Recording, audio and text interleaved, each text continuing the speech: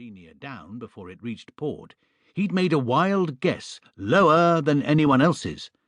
However, now that he'd had time to view the weather, he was beginning to regret his haste, for as far as the eye could see there wasn't a cloud in the sky.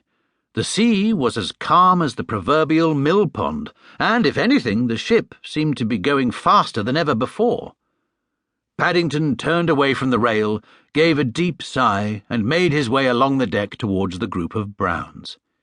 He was a hopeful bear at heart, and despite the calm weather, he still nursed a faint hope that something would happen which would cause the ship to slow down before the next morning.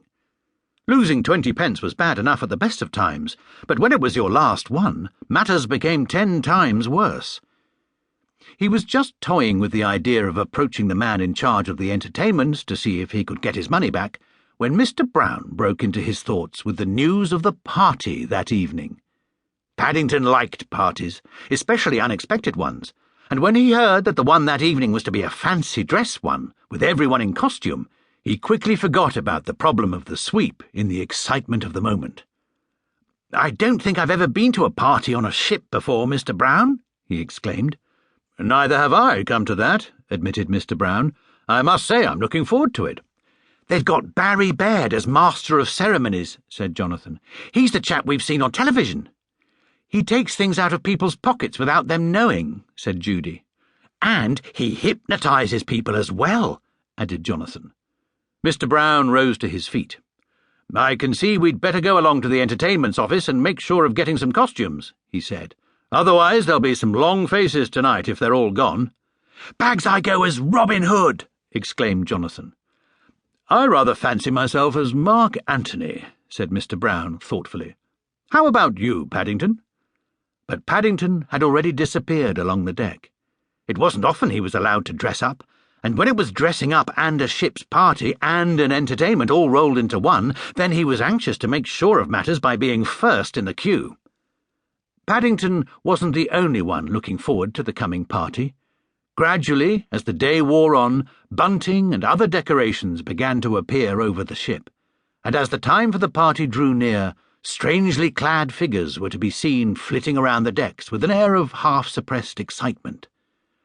"I reckon Paddington could go as himself," said Mr. Brown, as they stood waiting for him by the entrance to the dance floor. "I've seen at least 6 bears already." "Mercy me!" exclaimed Mrs. Bird. "This isn't him coming now, is it?" She pointed with her umbrella towards an approaching figure clad in what seemed to be a costume made up of several lengths of black concertina and a piece of white cardboard. "It's Paddington, all right," said Judy. "That's his hat."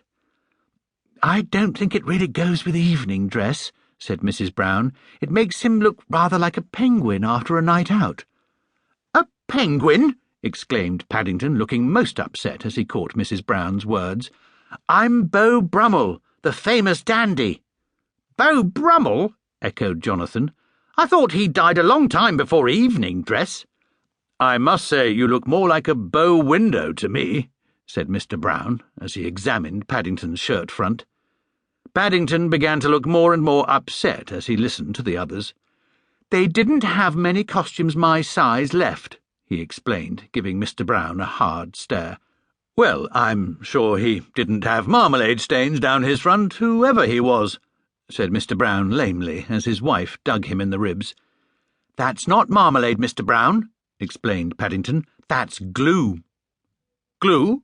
repeated Mr. Brown. "How on earth did you manage to get glue down your front?" "I'm afraid I had a bit of trouble with my dicky," explained Paddington. "It's a bit difficult with paws, and it kept rolling up, so I had to borrow some special glue from the carpenter's shop." The Browns exchanged glances. "Well, they did say, 'Come as you like,'" said Mr. Brown. "Quite right," said Mrs. Bird, as she followed Mr. Brown into the ballroom, "and as no one here has ever met Beau Brummel, who are they to judge?"